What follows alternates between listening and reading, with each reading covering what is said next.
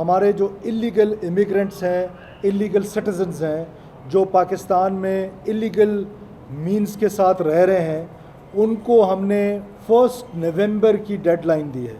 1 नवंबर तक वो रज़ाकाराना तौर पे वापस अपने अपने ममालिक में चले जाएं।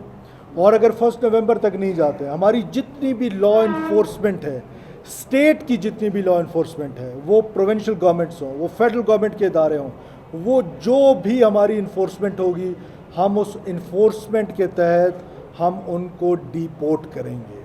1 नवंबर से पहले तक उनके पास टाइम है कि वो यहाँ से चले जाएं।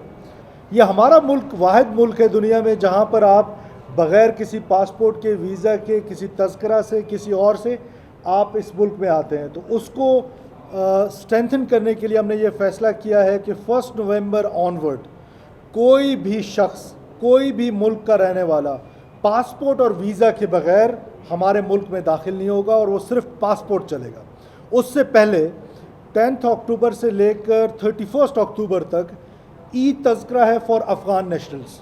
ई तज़किरा इज़ इलेक्ट्रॉनिक तज़किरा, जो तज़किरा कंप्यूटराइज्ड होगा, पेपर तज़किरा नहीं चलेगा। वो हम उस वक्त से लेकर 10 से लेकर 31 अक्टूबर तक उसको अलाउ कर रहे हैं, और उसके बाद फिर हम पासपोर्ट पे और वीज़ा पॉलिसी जो है हमारी वो होगी, जो भी आएगा वीज़ा लेकर इस मुल्क में आएगा।